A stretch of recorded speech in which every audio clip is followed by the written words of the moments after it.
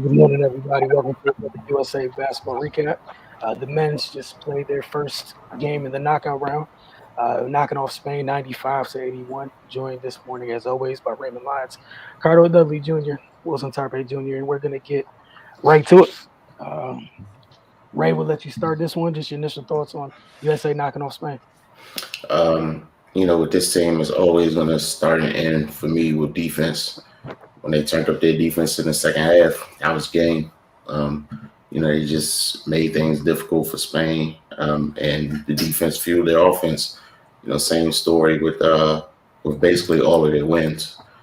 You know, um, on offense, the talent is there, but sometimes on that other end, they just allow teams to be too comfortable and they don't disrupt anything. So then it's just a shot making contest.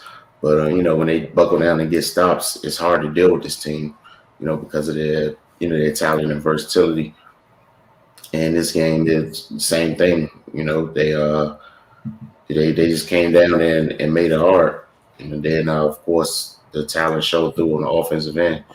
Kevin Durant comes back with another super efficient game, 10 for 17, 29 points. And then they have four other players in double figures, kind of spread the wealth around. So I think they're starting to find themselves. You see them kind of getting real used to this FIBA style of play. We saw one time Jason Tatum knocking the ball off the rim, things like that. So yeah, man, I just feel like they're kind of coming into their own, and it couldn't have came at a better time because I earlier in this Olympic journey, I don't think they win a game like this, But it's a good performance, man. It's good to see them be consistent on defense. We saw last game when they just kind of smothered Czech Republic. Spain's a little bit more talented, but they're able to present the same issues for them or any team really. We all know what they're deficient in the size department, but they make up for that with speed, athleticism. They force 17 turnovers. They get in the passing lanes. They make you start your offense really far from the basket. So yeah, those just things they use to their advantage. It's just good to see them string these wins together with and everything starting on the defensive end for them. Cardo? Yeah, I think the third quarter won the game for USA. It was tied at halftime, and then the third quarter, both teams came out fighting. But I feel like USA really clamped down defensively, and obviously that's when Kevin Durant did what he does. Hit timely shots consistently, along with guys like Tatum, chipping in. And they got the edge in the third quarter, and I think it deflated Spain. Where in the fourth quarter, it was just about maintaining and not being sloppy. Keep on executing, basically keep your foot on their neck, and then you'll win this game. And that's what happened. Because in the first quarter, Spain is one of those countries that have a lot of pride, man. You know what I mean? Ricky Rubio came out with 13 to 21 points. In the second quarter, Sergio Rodriguez came out and joined the club and was getting buckets with on him, man, with Rubio, and that's why the game was tied. You know what I mean?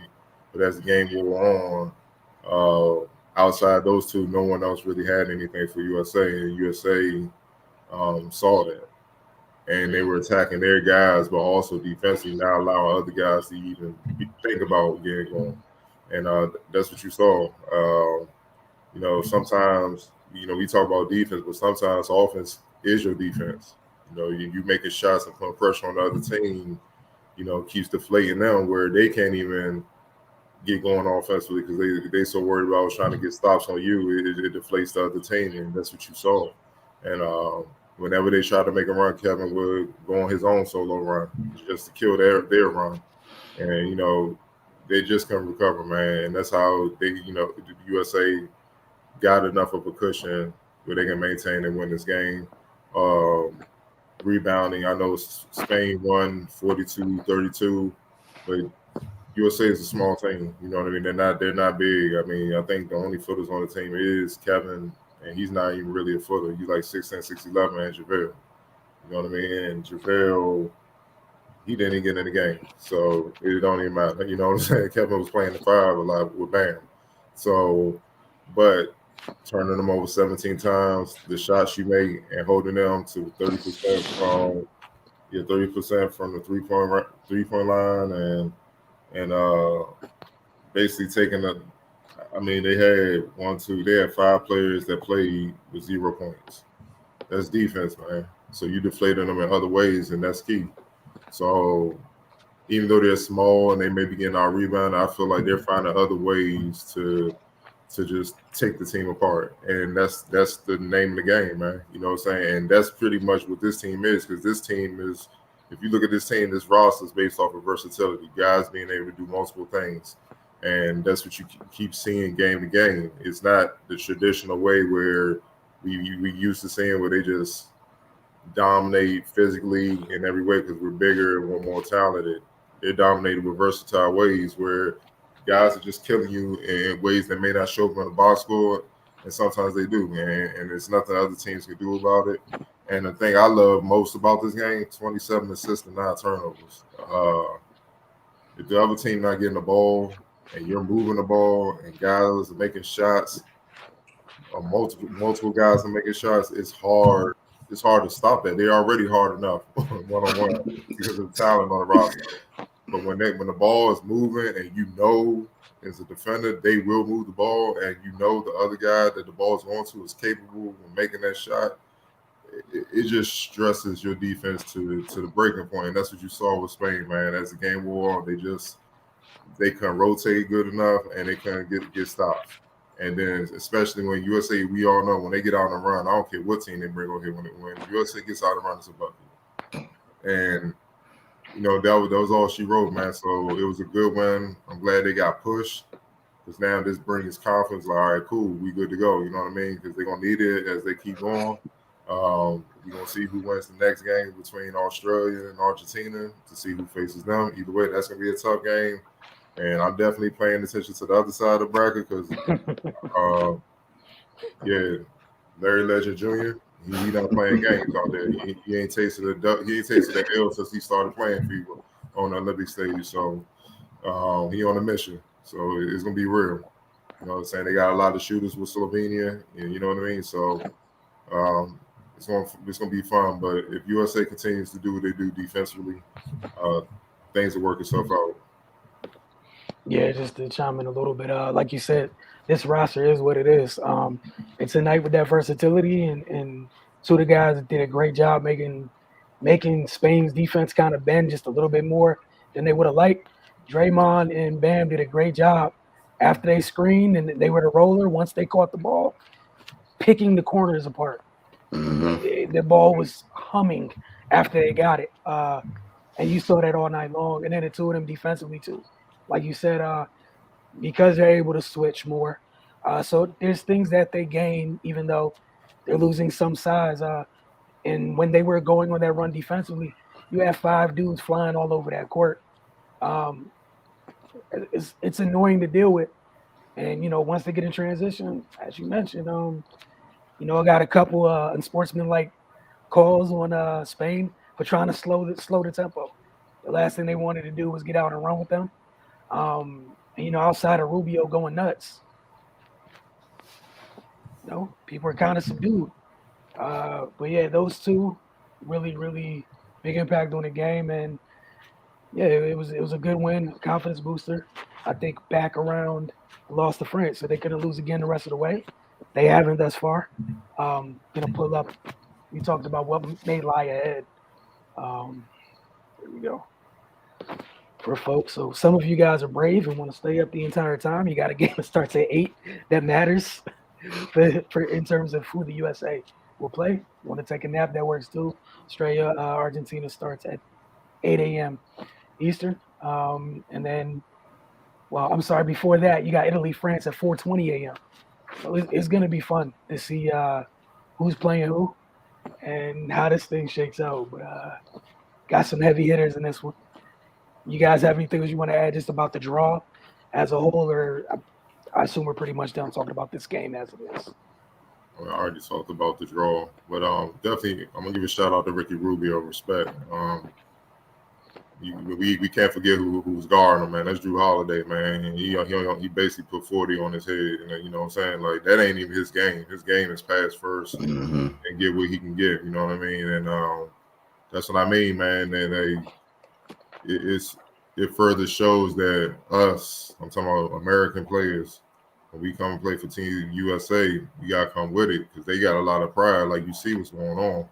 You know what I mean? Like in a lot of ways, they view the Olympic stage a lot more tougher and with more claim than they do the NBA stage, man. You know what I'm saying? So you saw how when the game was over, you saw Ricky Rubio walking off the court with his head down because he felt like, man, we failed. You know what I'm saying? And like, you know, we got knocked out. You know, for right now, you know what I mean? So that was an impressive performance because, like I said, it's one thing to put up numbers, but I also look at who you're doing it against. And, you know, Drew Holiday ain't somebody that you could just do that to, man. You know what I'm saying? I know it was screens and all types of stuff in it, but still, I've seen them lock up plenty of dudes, you know what I'm saying, with screens and all that, man. So, you know, that's a testament to him just being focused and locked in and try to help his team win, help his home country win or whatnot.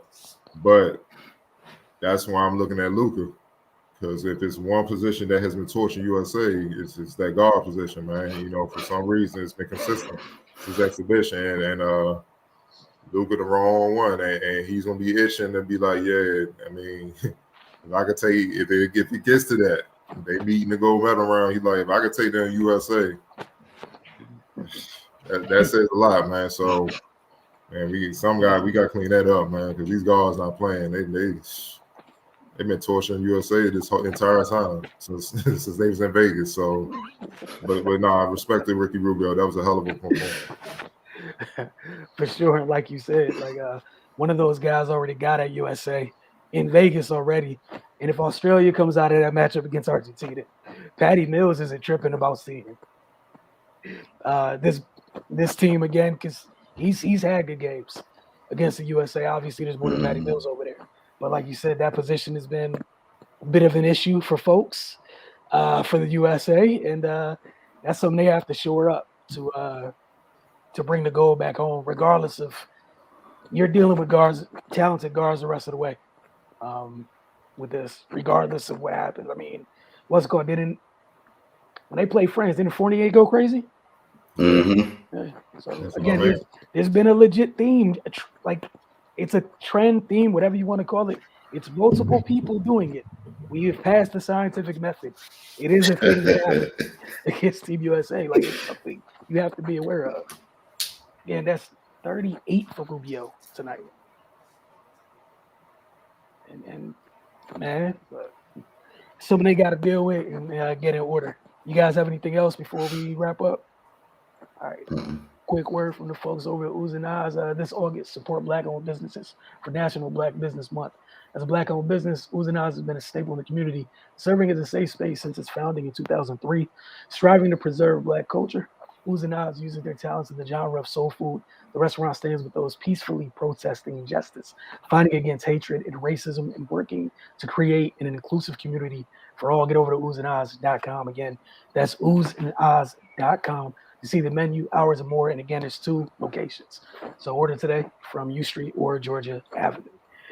Don't forget to get over to the Focus TV. We'll see you guys very soon because the women play. We'll be back in 24 hours to talk about the women's game. Double check what they're playing. I want to say Australia. Mm-hmm. So you guys get some rest, and we'll see you guys for that. Have a great evening. Well, have a great day, rather, right?